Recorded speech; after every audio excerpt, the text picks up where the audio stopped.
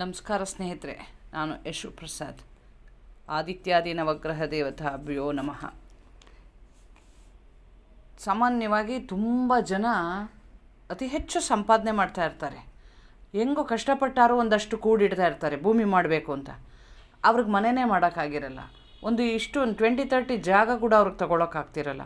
ಕೆಲವರಿಗೆ ಏನೂ ಇಲ್ಲ, ಸಾಲ ಮಾಡಿನಾದ್ರೂ ಹೇಗೆ ಅವ್ರಿಗೆ ಸಂಪಾದನೆ ಮಾಡೋದಕ್ಕೂ ಮೀರಿ ಅವರು ಸಾಲ ಮಾಡಿ ಮನೆ ಕಟ್ಟಿರ್ತಾರೆ. ಅದಕ್ಕೆಲ್ಲ ಯೋಗ ಕೊಡುವಂಥವನು ಈ ಕುಜ.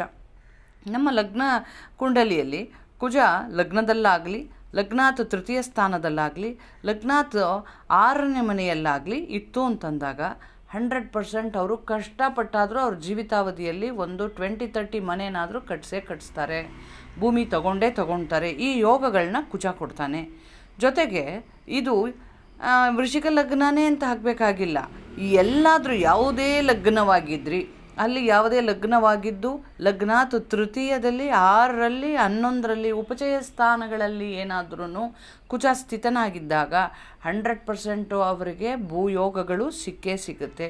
ಕೆಲವರು ಸಿಕ್ಕಾಪಟ್ಟೆ ಸಂಪಾದಿಸ್ತಿರ್ತಾರೆ, ಲಕ್ಷಾಂತರ ರೂಪಾಯಿ ಸಂಪಾದನೆ ಮಾಡಿರ್ತಾರೆ, ಅವರಿಗೆ ಮನೆ ತಗೊಳ್ಳೋಕ್ಕಾಗೋದಿಲ್ಲ. ಇದಕ್ಕೆಲ್ಲ ಕಾರಣ ಇವನು.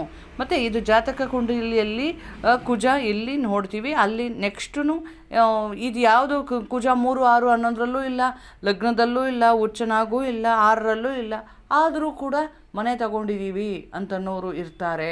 ಅಂಥವ್ರಿಗೆ ಬೇರೆ ಗ್ರಹಗಳ ದೃಷ್ಟಿಗಳು, ಆ ಫಲಾಫಲಗಳು ಬೇರೆ ಇರುತ್ತೆ. ಆದರೆ ಇಲ್ಲಿ ಭೂಮಿಕಾರಕನಾದಂತಹ ಕುಜ ನೀಡುವಂತಹ ಭೂಯೋಗಗಳ ಬಗ್ಗೆ ಒಂದು ಚಿಕ್ಕ ಅನಾಲಿಸಿಸ್ ನಿಮ್ಮ ಮುಂದೆ ಮಾಡಬೇಕು ಅನ್ನಿಸ್ತು. ನಮಸ್ಕಾರ.